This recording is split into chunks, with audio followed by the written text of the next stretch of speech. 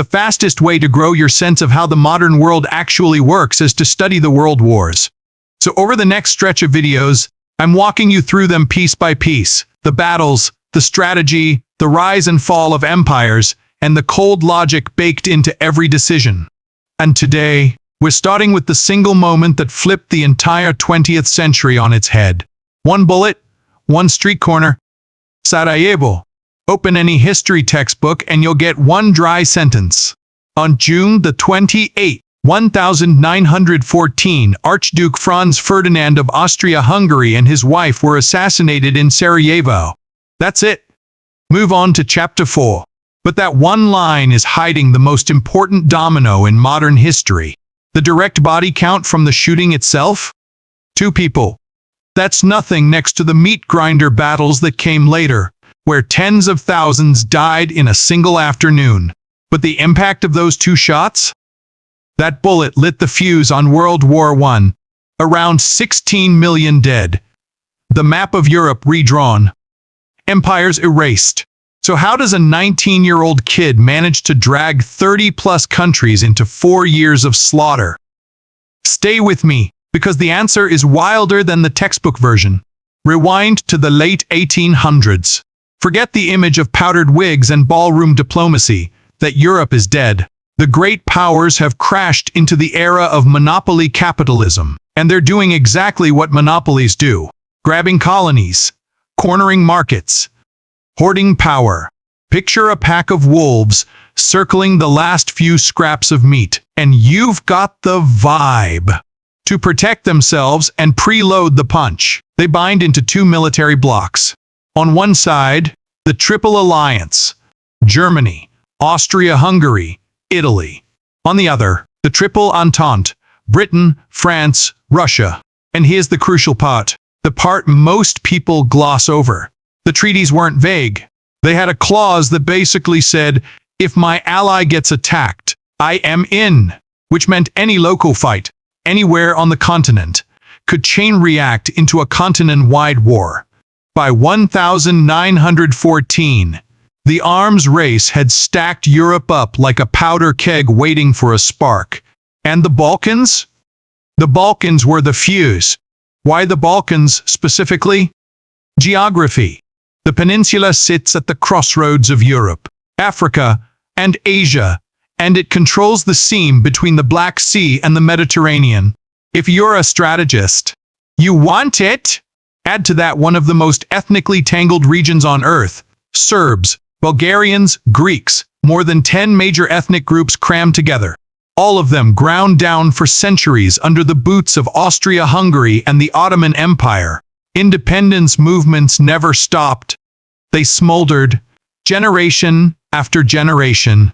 After Serbia became independent in 1878, it had one big dream: pull every Serb in the region into a single unified South Slav state. Yugoslavia, basically. Austria-Hungary had different ideas. It tossed the Treaty of Berlin in the trash and unilaterally annexed Bosnia and Herzegovina. The catch? Most people living there were ethnic Serbs. So Vienna didn't just grab a piece of land, it stomped directly on Serbia's biggest dream and lit a national rage that would not cool down. Now here's the part that gets glossed over. Russia liked to call itself the protector of the Balkan Slavs, big brother to Serbia. Defender of the faith, on the surface. Anyway, because behind the scenes, in 1908, Russia had cut a secret deal with Austria-Hungary, the Buchlau Agreement. Russia would quietly support the annexation. In exchange, Austria-Hungary would later back Russia's push to revise the Treaty of Berlin and let Russian warships move freely through the Black Sea Straits. Classic backroom trade. It backfired spectacularly. 1 month later, Austria-Hungary just announced the annexation. No coordination. And when Russia asked, hey, what about the Straits? Vienna ghosted. Russia called for an international conference to sort it out. Germany and Austria-Hungary said no.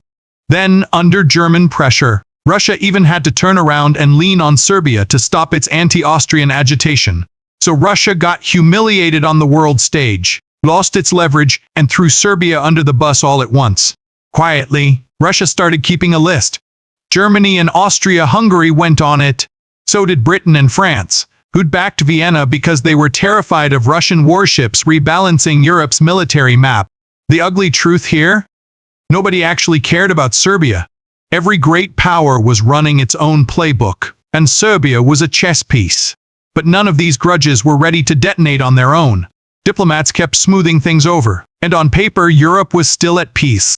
The thing that finally kicked over the powder keg wasn't the deep structural mess underneath. It was a stunningly bad move by Austria-Hungary itself. June the 28th, 1914. Archduke Franz Ferdinand and his wife arrive in Sarajevo. Now look at that date. Is there a problem with that date? Yeah, a massive one. June the 28th is St. Vitus Day for Serbs. And on that exact day in 1389, the Serbian forces had been crushed by the Ottoman Empire at the Battle of Kosovo. It is, quite literally, Serbia's day of national mourning, the day every Serbian kid grows up learning about. And the Austrian heir to the throne picks that day to roll into Sarajevo with his motorcade. It's hard to read that as anything other than a flex. And it gets worse. In the run-up to the visit, Austria-Hungary had held military exercises near the Serbian border using Serbia as the imaginary enemy. So you've got a parade on the holiest grievance day in the calendar, right after a public dress rehearsal for invading the country.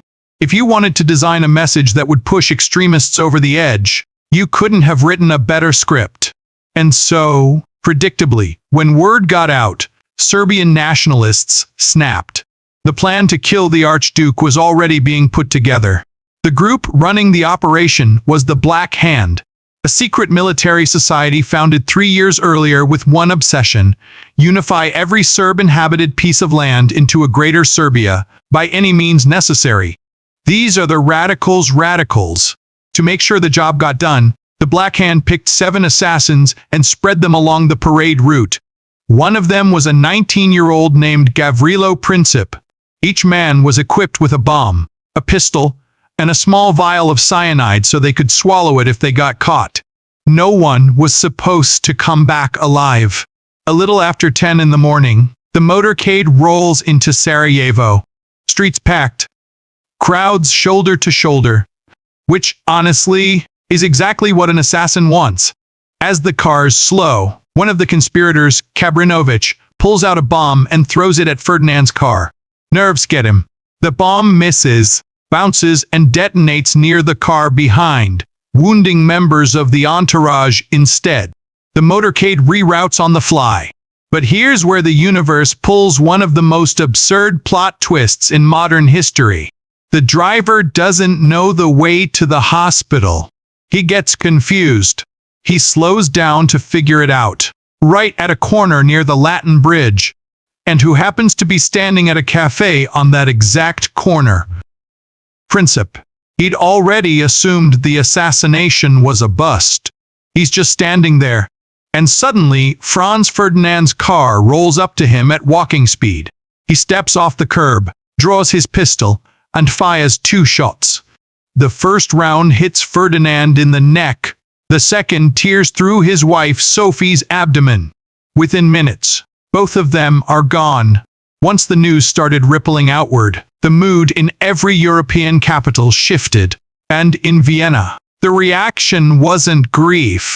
It was excitement, especially among the military hardliners who'd been itching to deal with Serbia for years.